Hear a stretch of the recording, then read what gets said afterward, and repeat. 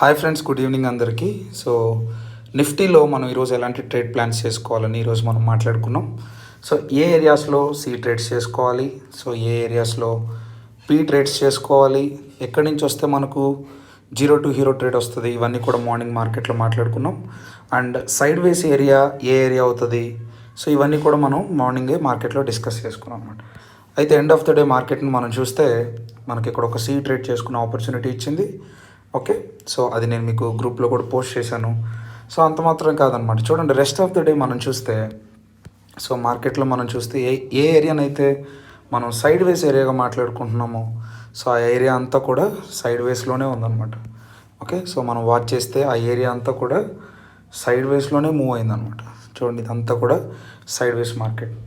So next ఏం జరిగింది, ఎప్పుడైతే proper resistance, okay 26,028 are 30s ఈ లెవెల్స్ ఏవైతే ఉన్నాయో ఇది ప్రాపర్ రెసిస్టెన్స్ ఏరియా అని చెప్పి మార్నింగ్ మార్కెట్ ఓపెన్ అవ్వక ముందే, ఓకే 9-10కి మనం ఈ విషయాన్ని మాట్లాడుకున్నాం. సో మార్కెట్ ఈ ఏరియాస్ నుంచి మార్కెట్ రిజెక్ట్ అవుతుంటే మనకు వెరీ గుడ్ ట్రేడ్స్ని చేసుకోవడానికి మార్కెట్ ఆపర్చునిటీ ఇస్తుందని మనం మాట్లాడుకున్నాం. బట్ మనకు జరిగింది ఏంటంటే ఎండ్ ఆఫ్ ద డేలో సో ఈ క్వాలిటీ మూని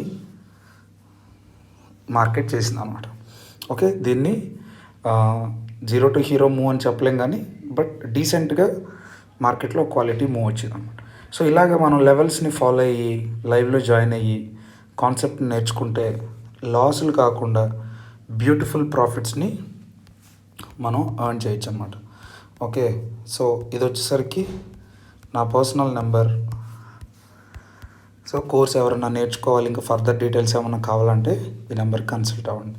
ఓకే, సో ఈ ట్రేడ్ ఏదైతే ఉందో, ఈ పీ ట్రేడ్ సి ట్రేడ్ చెప్పుకున్నాం కదా, ఈ ట్రేడ్ ఏదైతే ఉందో ఈ ట్రేడ్ నేను టెలిగ్రామ్ గ్రూప్లో పోస్ట్ చేశాను.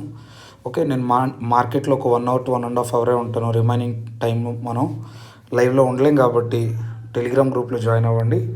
అక్కడ ఏదైనా మంచి మూమెంట్స్ ఉంటే నేను మీకు అప్డేట్ చేస్తాను. ఓకే, అండ్ టుమారోకి మనకు నిఫ్టీలో ఇంపార్టెంట్ లెవెల్స్ ఏవై ఉన్నాయో ఒకసారి మనం మాట్లాడుకుందాం. ఒకవేళ మార్కెట్ అప్ సైడ్ మూవ్ అయితే 26,100 ఏవైతే ఉన్నాయో సో ఇది మనకి రెసిస్టెన్స్ అవుతుంది. ఓకే, అండ్ 25,780 ఏవైతే ఉన్నాయో అవి ప్రాపర్ సపోర్ట్స్ అవుతాయి అనమాట. ఓకే, సో ఇది వచ్చేసరికి మనకు మిడిల్ లెవెల్ అవుతుంది. అప్ సైడ్కి మార్కెట్ వెళ్తున్నప్పుడు సపోర్ట్ గాను, డౌన్ సైడ్కి మార్కెట్ వస్తున్నప్పుడు రెసిస్టెన్స్ గాను, సో ఆ లెవెల్స్ మనకు వర్క్ అవుతాయి అనమాట. అండ్ మనం మాట్లాడుకున్నాము లాస్ట్ థర్స్డే క్యాండిల్ ఏదైతే ఉందో, okay last Thursday candle highs